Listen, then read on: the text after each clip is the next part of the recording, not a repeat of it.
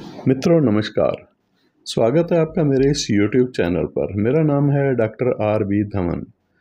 16 संस्कारों के इस सीरीज़ में, इस क्रम में आज 5वें संस्कार की बात करेंगे। 5वां संस्कार है नामकरण संस्कार।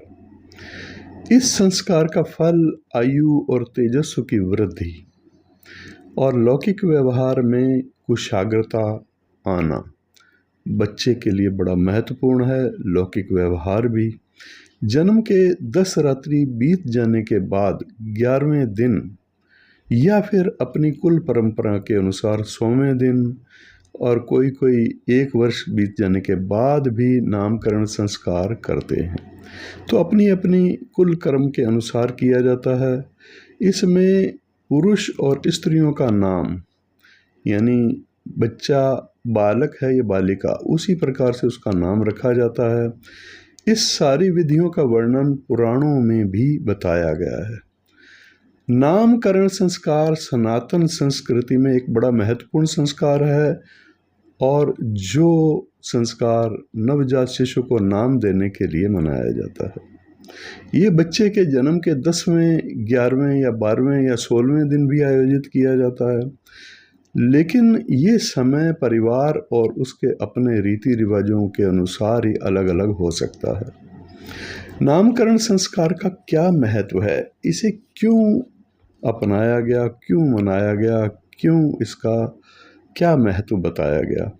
नामकरण संस्कार बच्चे को एक पहचान देता है और उसे सामाजिक और सांस्कृतिक संदर्भ में स्थापित करता है। ये संस्कार बच्चे को देवताओं के आशीर्वाद के साथ साथ जीवन की शुरुआत करने का अवसर भी प्रदान करता है। माना जाता है कि नाम का बच्चे के व्यक्तित्व और भविष्य पर बड़ा अच्छा प्रभाव पड़ता है। इसलिए नाम का चयन ज्योतिषीय गणना के अनुसार सोच समझकर किया जाता है। ये एक उत्सव है, उत्सव की तरह इसको मनाया जाता है, जो परिवार और अपने मित्रों को एक साथ जोड़ता भी है, एक साथ लाता भी है। बच्चे को औपचारिक रूप से मिलवाया जाता है उन सब से और खुशी और प्यार का माहौल बनाया जाता है।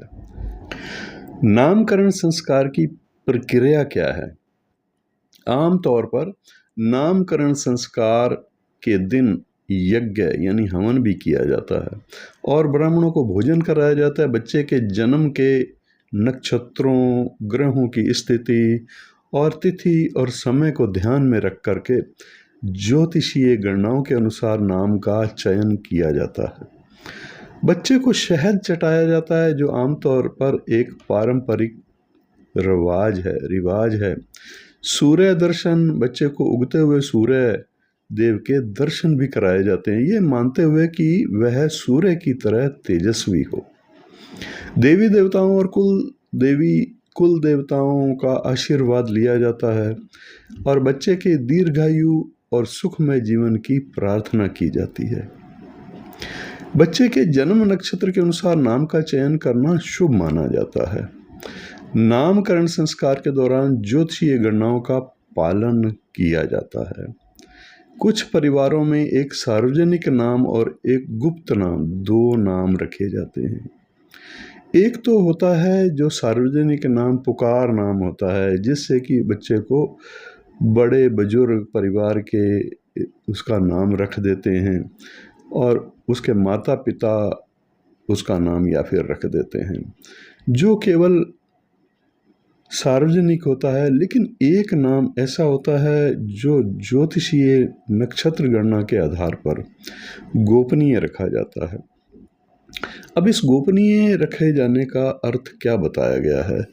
इसमें तथ्य ये है कि कहा जाता है कि किसी के नाम को अगर जाना जाता है तांत्रिकों के द्वारा, कोई तंत्र के ऐसे एक्सपर्ट होते हैं जो पसंद नहीं करते किसी परिवार में आगे उसकी संतान उत्पत्ति हो या वंश वृद्धि हो, तो ऐसे लोग जो ईर्ष्या रखने वाले होते हैं, उनके द्वारा कोई ऐसा तंत्र प्रयोग, कृत्या प्रयोग भी करवाया जा सकता है, अगर उसका सही जो ज्योतिषीय गणना के अनुसार नक्षत्र का नाम बनता है, उसका उनको पता होना ज़रूरी होता है।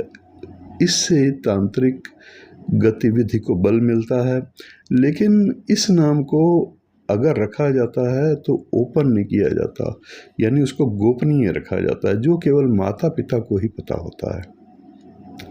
इसको रखने की भी प्रथा है, और जो साधारण नाम है जिसको सभी सार्वजनिक रूप से जानते हैं, उस नाम से कोई अंतर नहीं पड़ता।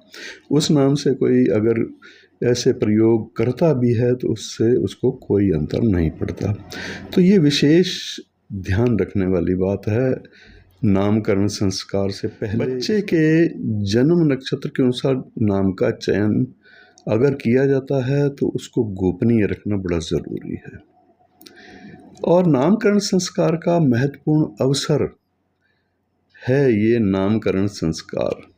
और नामकरण संस्कार एक बड़ा ही महत्वपूर्ण अवसर है जो बच्चे के जीवन में एक नया अध्याय शुरू करता है, और दोस्तों के लिए खुशी का उत्सव और माहौल होता है। परिवार के दोस्त, परिवार के मित्र, परिवार के रिलेटिव, इस तरह से नामकरण संस्कार विधि विधान से पुरोहित की देखरेख में मंत्रोच्चारण के साथ मनाया जाता है। तो आज की जानकारी, नामकरण संस्कार की जानकारी आपको कैसी लगी? वीडियो अच्छा लगा तो ज़रूर लाइक और शेयर कर दीजिएगा, अपने मित्रों को भी शेयर कर दीजिएगा। अगर चैनल पर नए हैं तो सब्सक्राइब कर दीजिएगा। बड़ी ही दुर्लभ और ऐसी छुपी हुई विद्याओं की जानकारी भी मैं इस चैनल पर समय समय पर आपको उपलब्ध करवाता रहूँगा। नमस्कार।